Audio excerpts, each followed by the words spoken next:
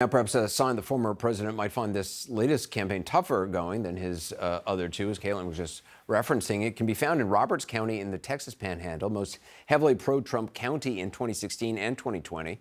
Perhaps, though, not this time. Our Gary Tuckman returned there tonight to see what, if anything, has changed. The county seat of tiny Roberts County, Texas, is pronounced Miami. It would also be fair to pronounce it as America's #1 county for Donald Trump. So who do you think you'll vote for in the next presidential election? Trump. In this county of about 800 people, he received 95% of the vote in 2016, 96% in 2020, both times the highest percentage of any county in the nation.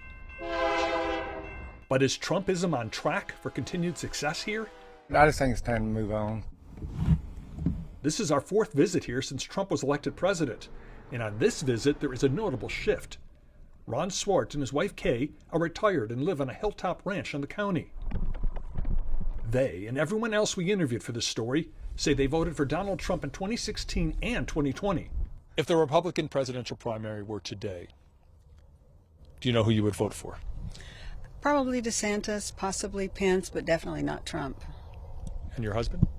DeSantis, more than likely. It quickly became clear to us that many Donald Trump voters here are ready for a different Republican. I mean, I'm leaning toward Nikki Haley, but How come? because I like her views and the way she does things. If you had a vote today, who would you pick? Probably Pence. Wade Jackson has lived in Miami his whole life. He's in the oil and gas business, also collects antique cars and does mechanic work. And he warns any potential intruder he's not calling 911.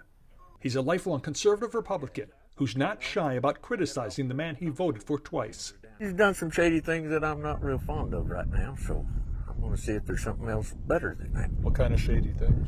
Well, like all the documents and stuff in Mar-a-Lago and all of that. I think he's hidden too much stuff. We don't need that in our country. We need everything on the table out in the open. Rick McDowell operates a hunting business. We interviewed the strong Trump supporter during one of our previous visits to Miami. But he now says that in next year's Texas primary, he's planning to vote for Ron DeSantis. Donald Trump likes loyal people. Why aren't you being loyal to him and supporting him again? I think his time's over.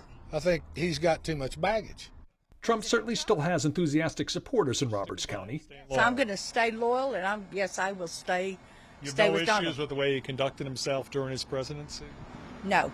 I like them to run together, and that'd be Trump good. and DeSantis. Trump, DeSantis. Who would you want to be the president? Who would you want to be the vice president?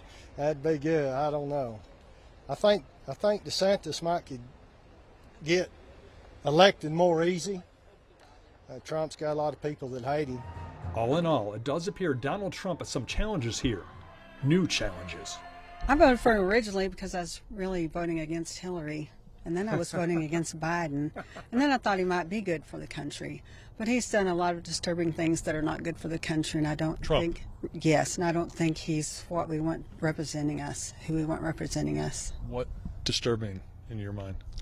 The Capitol and his... The insurrection. Yes, and the comments he makes, you know, they're just not professional. How do you feel? Do you agree with your wife? I agree 100%, yes, sir. And Gary Tuckman joins us now from Roberts County, Texas. First of all, it looks beautiful there. Did any of the people who are skeptical of the former president that you spoke to, did they say if they'd consider voting for a Democrat if Trump is the GOP nominee? Would they go that far?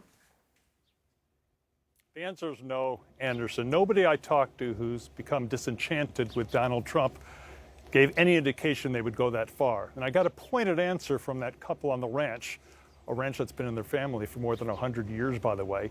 I asked them specifically, would you even consider voting for Joe Biden if Donald Trump were the Republican presidential nominee?